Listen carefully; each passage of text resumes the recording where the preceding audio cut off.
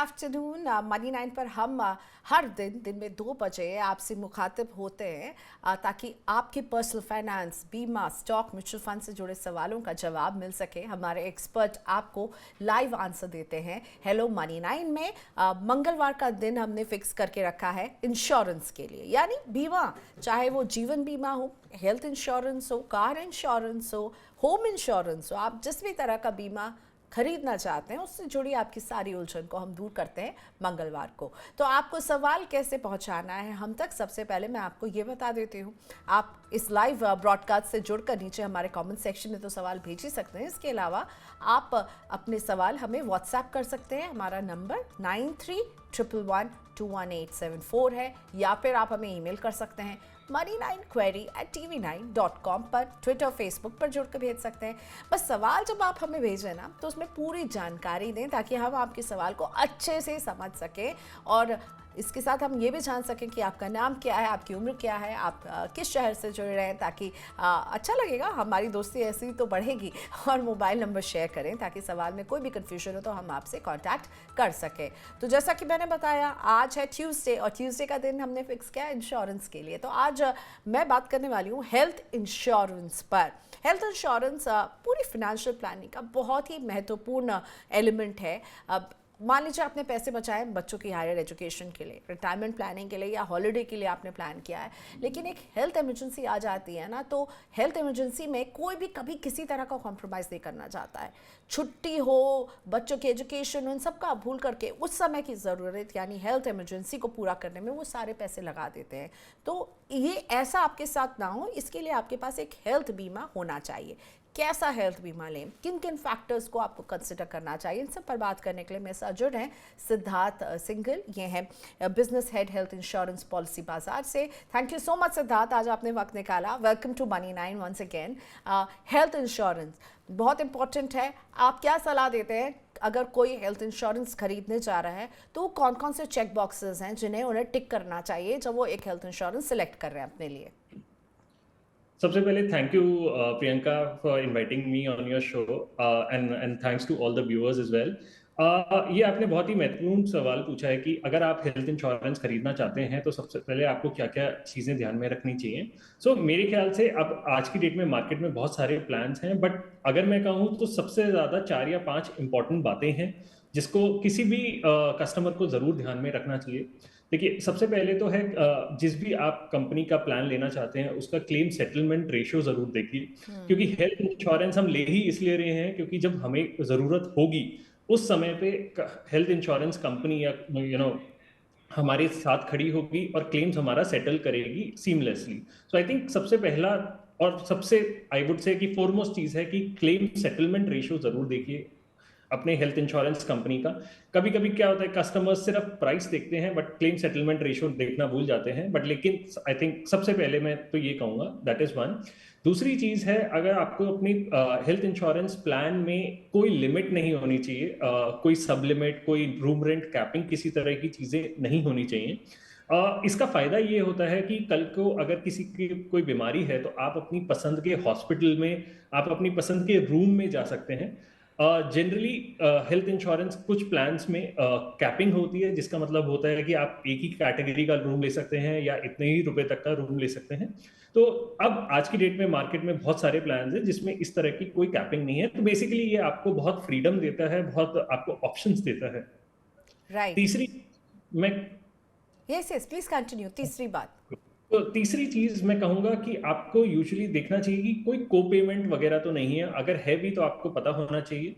को पेमेंट का मतलब ये होता है कि मान लीजिए 1 लाख का अगर बिल आता है और अगर आपकी पॉलिसी में 20% को पेमेंट है, तो आपको 20%, जो कि मतलब 20,000 रुपीज आपको अपने एंड से पे करने पड़ेंगे। और इससे प्रीमियम जरूर कम हो जाता है, बट मान लीजिए अगर आपका किसी केस में 10 लाख रुपए का बिल आ गया, तो इसका मतलब आपको 2 लाख रुपए अपनी जेब से भरने पड़ सकते हैं। तो ये जरूरी है ध्यान रखना जब आप हेल्थ इंश्योरेंस खरीद रहे हैं कि कोई को पेमेंट नहीं है। अगर है भी तो आप उसको जरूर देख लें कि कितना परसेंटेज है। तो I think that is the third most important thing. चौथी चीज मैं कहूंगा कि वेटिंग पीरियड्स आप जरूर देखिए अपने हेल्थ इंश्योरेंस प्लान लेते टाइम, स्पेशली अगर आपको ऑलरेडी कोई डायबिटीज, हाइपरटेंशन जैसी बीमारियां हैं, तो जितना वेटिंग पीरियड कम होगा उतना बेहतर है। इसका मतलब ये है कि उन बीमारियों से रिलेटेड जो भी आपका कोई खर्चा है, कोई क्लेम है, वो जल्द से जल्द आप क्लेम कर पाएंगे। मतलब अगर मान ज्यादातर पॉलिसीज में ये 4 साल होता है वेटिंग पीरियड प्री एग्जिस्टिंग का। कुछ पॉलिसीज ऐसी भी आ गई हैं जहां आप थोड़ा सा प्रीमियम ज्यादा देंगे तो वो 90 डेज या 1 ईयर भी हो सकता है। तो ओके। इससे क्या होता है कि आप जल्दी से क्लेम ले सकते हैं, आपको वो 4 साल वेट करने की जरूरत नहीं है। राइट। तो सिद्धार्थ, मैं आपके ये 4 पॉइंट्स को पहले कंक्लूड करती हूँ, फिर आगे हम और बात करेंगे। सबसे पहले क्लेम सेटलमेंट रेशियो, इसका ख्याल रखिए। किसी तरह की लिमिट या कैपिंग तो नहीं है, इसका ख्याल रखिए। बिल्कुल। तीसरी बात आपने कही है कि ओके। जी, कोई को पेमेंट नहीं होना। को पेमेंट इसमें नहीं होना चाहिए, इसका आपको ख्याल रखना। और चौथी बात है, वेटिंग पीरियड चेक कीजिए, क्योंकि ये जो है ना 2 साल से 4 साल का होता है, लेकिन शायद कुछ कंपनियां, जैसा कि अभी सिद्धार्थ बता रहे थे, आप उसके प्रीमियम को ज़्यादा अगर चुकाएंगे तो हो सकता है 90 दिन, 1 साल, उसको आप डिक्रीज कर सकते हैं। तो उसका ख्याल रखिए, क्योंकि कई बार लोग कंफ्यूज हो जाते हैं, ले लेते हैं, और कोई ऐसी पुरानी बीमारी है जिसके लिए ज़रूरत पड़ गई तो फिर उनका क्लेम रिजेक्ट होने के चांसेस बहुत ज़्यादा होते हैं। सुब्रतो का सवाल हम आपके लिए लेकर आते हैं। सुब्रतो जानना चाहते हैं, कुछ टॉपअप प्लान से जुड़ा हुआ इनका सवाल है। जी हाँ, नॉर्मल बेस प्लान के साथ टॉपअप प्लान ये लेना चाहते हैं, तो ये कितना सही रहता है? इनफैक्ट अभी हम लोग बात कर ही रहे थे कि सुपर टॉपअप की बात कर रहे थे, और सुब्रतो ने टॉपअप के बारे में पूछा। इसमें कुछ चैलेंजेस आपको नजर आते हैं क्या? टॉपअप प्लान और सुपर टॉपअप दोनों के बीच में हमेशा एक लोग कंफ्यूज भी रहते हैं, ये अपने बेस प्लान में एक टॉपअप ऐड करना चाहते हैं। देखिए, सबसे पहले तो टॉपअप या सुपर टॉपअप मैं कहूँगा आज की डेट में एवरीथिंग इज सुपर टॉपअप, जिसमें आप मल्टीपल टाइम क्लेम्स ले सकते हैं। That is one. Super top up एक बहुत अच्छा मेथड है अगर आपको एक लो कॉस्ट पे अपना हेल्थ कवरेज बढ़ाना है। मान लीजिए आपके पास ऑलरेडी एक 5 लाख का प्लान है, जो आप मतलब कई सालों से चला रहे हैं। अगर आपको मान लीजिए उसी 5 लाख को सम इंश्योर्ड को बढ़ाना है तो वो आपको ज्यादा कॉस्ट करेगा। बट लेकिन आप एक काम कर सकते हैं, आप सुपर टॉपअप मान लीजिए एक मे बी 95 लाख का ले सकते हैं, जिसमें 5 लाख का डिडक्टेबल होगा। और इसका प्रीमियम बहुत ही कम आता है। मतलब अगर मैं एक 30 साल की उम्र के व्यक्ति की बात करूं तो शायद प्रीमियम 1,500 से 2,000 रुपये साल का आता है, तो जो कि बहुत ज्यादा नहीं है। तो ये एक बहुत कॉस्ट इफेक्टिव तरीका है आपके लिए अपनी कवरेज को बढ़ाने का। इसमें कोई चुनौती नहीं है। बस आपको बस इतना ये जरूर ध्यान रखना है कि जो आपका डिडक्टेबल अमाउंट होगा सुपर टॉपअप का, वो आपका जो एग्जिस्टिंग प्लान है उससे मैच करना चाहिए। तो सिंपल तरीका ये है कि सुपर टॉपअप तभी काम आता है कि पहले 5 लाख आप पहले प्लान से दे रहे हैं, और उसके ऊपर अगर कोई बाई चांस आपका क्लेम आता है तो वो सुपर टॉपअप से दिया जाता है। I think it's a very good thought. Siddharth, top up और सुपर टॉपअप दोनों के बीच में भी फर्क बता दीजिए, क्योंकि ये सवाल स्पेसिफिकली टॉपअप पे था। तो अगर ये टॉपअप ऐड करते हैं तो, और आपने क्योंकि सुपर टॉपअप पे हमने काफ़ी एक्सटेंसिवली बात करी, तो मैं चाहूँगी थोड़ा सा टॉपअप के बारे में भी बताइए, क्या अंतर है दोनों में? सी टॉपअप पहले एक कुछ टाइम पहले तक आते थे। टॉपअप का मतलब यही होता था कि सिर्फ आप एक बार ही क्लेम ले सकते हैं उसमें, अगर कोई भी आपकी बीमारी होती है। मेजॉरिटी ऑफ कंपनीज और मार्केट में जो प्रोडक्ट अवेलेबल है, it's almost one and the same thing now. बस सुपर टॉपअप में आप मल्टीपल टाइम क्लेम ले सकते हैं। So for all practical purposes आपके लिए जो आज की डेट में एक कॉस्ट इफेक्टिव प्लान अवेलेबल है, आप उसको टॉपअप कहिए, सुपर टॉपअप कहिए, ब्रॉडली सेम है। ओके, बट मेजरली सुपर टॉपअप्स अब अवेलेबल है। ठीक है। और अगर मेरे पास कंपनी ए का बेस प्लान है और मैं किसी company B C D E से सुपर टॉपअप प्लान ले सकती हूँ, या मुझे कंपनी ए का ही टॉपअप प्लान लेना पड़ेगा?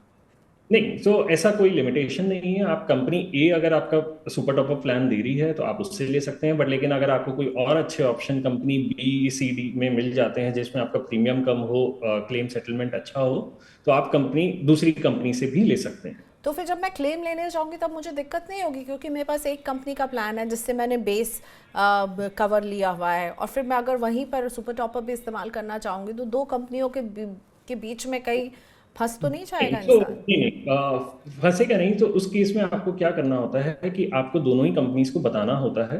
जब भी आप हॉस्पिटलाइज अगर हो रहे हैं, जैसे कैशलेस, तो एक इसमें जनरली ऐसा होगा कि आपको एक से कैशलेस मिलेगा। जैसे मान लीजिए बेस से आपको ऑब्वियसली कैशलेस मिलेगा। आपका अगर प्रीमियम आपका जो क्लेम अमाउंट है बेस से ऊपर चला गया है तो आपको ऑब्वियसली कंपनी बी को भी बताना पड़ेगा कि आपका ये क्लेम है, एंड ये मैं आपको इंटीमेट करना है। तो सबसे सबसे इंपॉर्टेंट बात जरूरी ये है कि जब भी आप क्लेम लेने जा रहे हैं, आपको दोनों ही कंपनीज को, ए और बी को, डेफिनेटली बताना चाहिए कि हमारा ये क्लेम है और इसको आप अपने एंड पे रजिस्टर कर लीजिए ताकि आपको कोई दिक्कत ना हो। Okay, alright. अंकित बिष्ट मेरे साथ जुड़ चुके हैं पुणे से।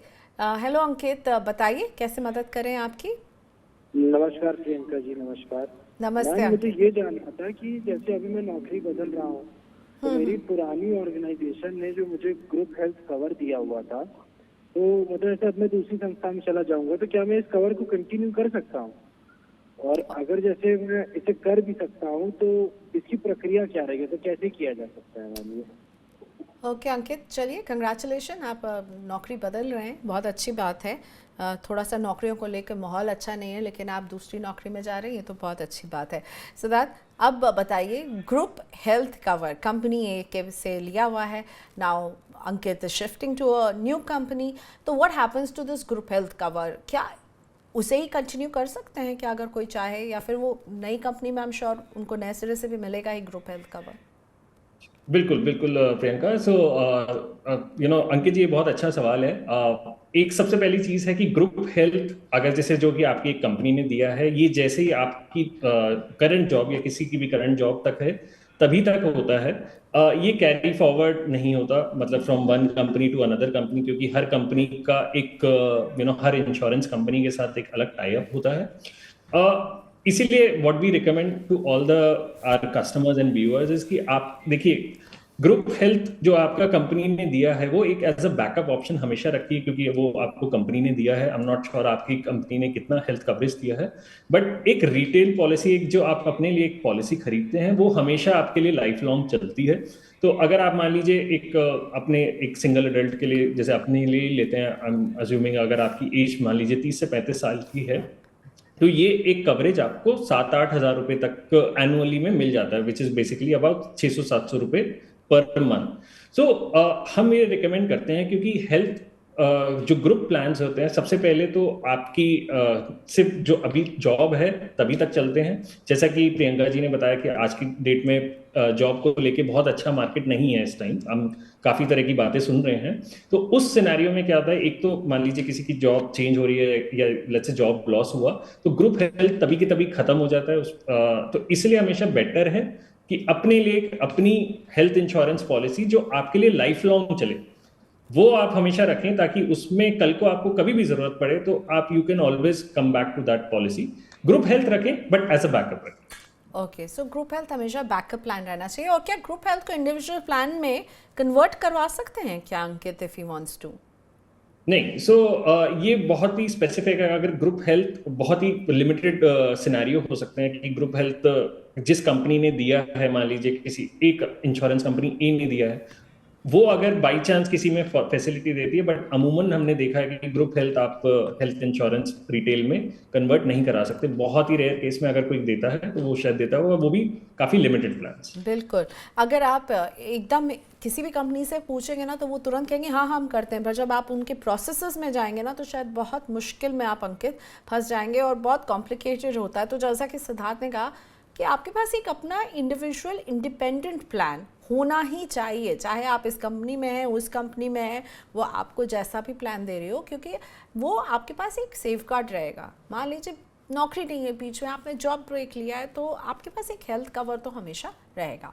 रितेश का सवाल अब हम लेते हैं। फेसबुक पर हमें भेजा इन्होंने या यूट्यूब पर भेजा, मुझे पता नहीं, पर हाँ ये सवाल हमारे पास आया हुआ है रितेश का, जो मैं आपके सामने रखती हूँ। सीनियर सिटीजन के लिए हेल्थ इंश्योरेंस प्लान के प्रीमियम को कैसे सस्ता बना सकते हैं? ओके, आई गेस सिद्धार्थ आप हमें बताइए, क्या अब सीनियर सिटीजन्स के लिए प्रीमियम बहुत महंगे हो जाते हैं, क्या उनको कम करने की कोई गुंजाइश है? हाँ, सो रितेश, आई कैन अंडरस्टैंड, क्योंकि सीनियर सिटीजन, जैसे कि मैंने पहले बताया था कि हेल्थ इंश्योरेंस के प्रीमियम्स आपकी एज के हिसाब से बढ़ते हैं। क्योंकि जितनी ज़्यादा एज होती है उतनी ज़्यादा आपका चांस होता है हॉस्पिटलाइजेशन का या क्लेम का। देखिए, आज की डेट में हमने देखा है मार्केट में अब काफ़ी अच्छे प्लान्स आ गए हैं जिसमें कुछ परसेंटेज मान लीजिए को पेमेंट होती है, जैसे कि मैंने पहले बताया था। सीनियर सिटीजन में क्योंकि ये हेल्थ इंश्योरेंस के प्लान्स में प्रीमियम ज़्यादा होते हैं, तो को पेमेंट आपको ज़रूर जानने चाहिए कि आप को पेमेंट भी ले सकते हैं, ऑप्शन एक, जिसमें से 20% अगर मान लीजिए को पेमेंट है, तो उसमें से अगर कोई क्लेम आता है तो 20% आपको देना होगा और बाकी 80% हेल्थ इंश्योरेंस कंपनी होगी। तो एक तरीका ये हो सकता है। दूसरा तरीका, कुछ हेल्थ इंश्योरेंस प्लान्स ऐसे भी हैं जिसमें डिडक्टेबल का ऑप्शन होता है। डिडक्टेबल थोड़ा सा अलग होता है। इसका मतलब ये होता है कि अगर कोई भी आपका क्लेम आता है तो पहले 10,000 या 20,000 रुपए या 25,000 रुपए, इतना ही तक आपको पहले पे करने होते हैं, इररिस्पेक्टिव कि क्लेम कितने भी अमाउंट का हो। मान लीजिए 1 लाख का क्लेम होगा तब भी आपको पहले 10,000 आपको देने पड़ेंगे, अगर क्लेम 10 लाख का भी होगा तब भी पहले 10,000 आपको देने पड़ेंगे। इससे आपका प्रीमियम थोड़ा सा कम हो सकता है।